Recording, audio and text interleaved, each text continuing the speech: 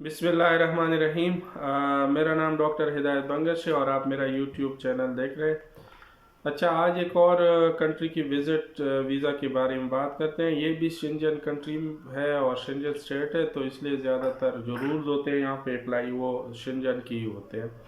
इसका यहाँ पे बहुत से लोग वो करते हैं, ट्रेवल करते हैं और विज़िट वगैरह करते हैं।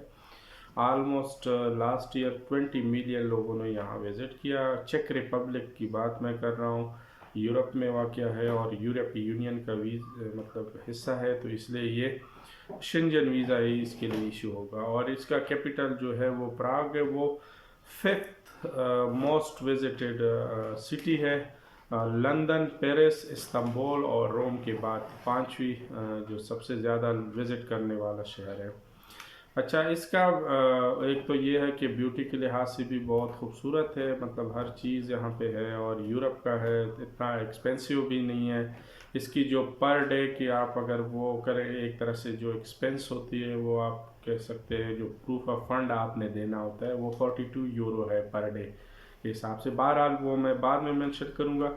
पहले तो ये है कि जो बिज़नेस और विज़िट वीज़ा के लिए इसके रिक्वायरमेंट क्या है। तो बिज़नेस पहले विज़िट वीज़ा की बात करते हैं, तो एक तो एप्लीकेशन फॉर्म है, आपको पता है हर एक चीज़ वो आपने फिल करना होता है। इसके अलावा पासपोर्ट होगा, वैलिड पासपोर्ट। और पासपोर्ट की क्या होती है वैलिडिटी, जितना आपकी ट्रैवलिंग है उसके बाद भी 3 मंथ्स की ट्रैवल मतलब होनी चाहिए उसकी वैलिडिटी।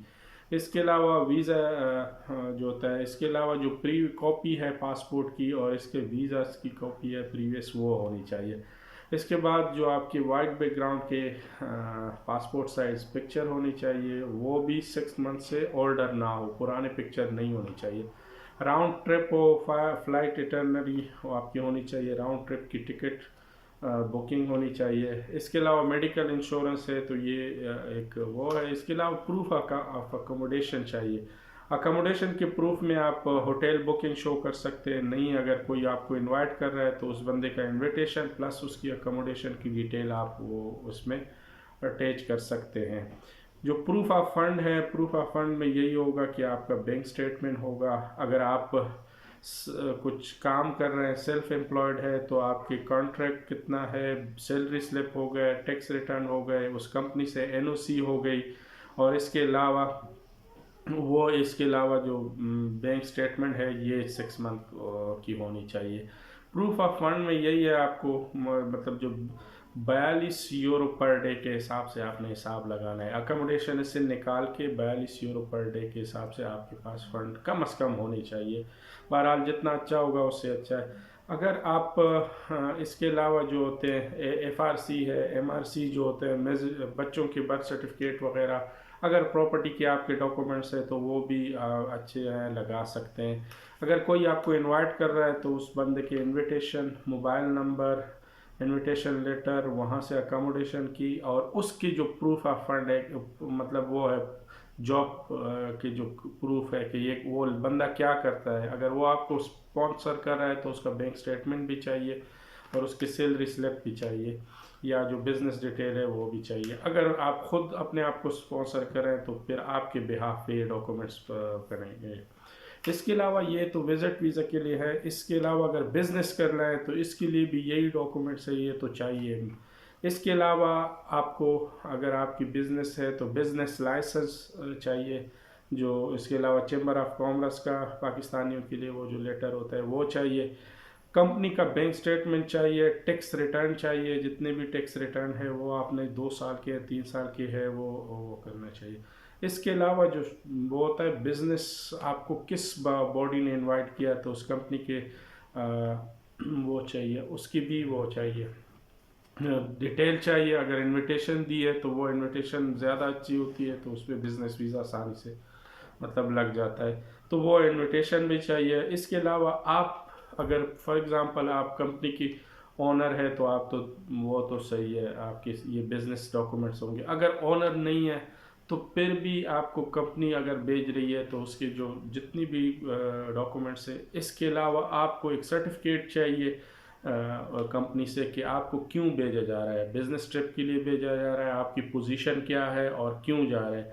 और इसके अलावा जो होते हैं फाइनेंस के लिए, वही है कि आप किस तरह फाइनेंस कर रहे हैं।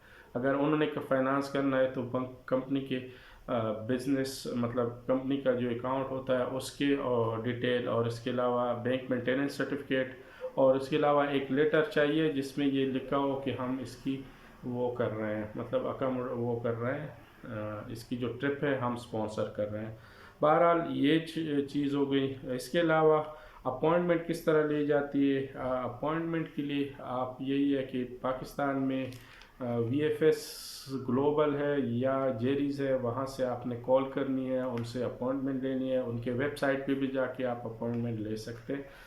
आपको अपॉइंटमेंट मिल जाए तो उसके बाद आपने ये डॉक्यूमेंट सबमिट कर रहे हैं वहाँ पे। उसके बाद अगर इंटरव्यू के लिए बुलाएं तो आपने जाना है, इंटरव्यू देना है, और उसमें आपने जस्टिफाई करना है कि आप किस लिए जा रहे हैं। अगर इंटरव्यू नहीं लेते तो आपको रिस्पांस मिल जाता है। जो मिनिमम टाइम होता है वो इनका जो होता है, शेंजन जितना भी है स्टेट्स हैं उनकी 30 वर्किंग डेज से लेके 45 वर्किंग डेज तक।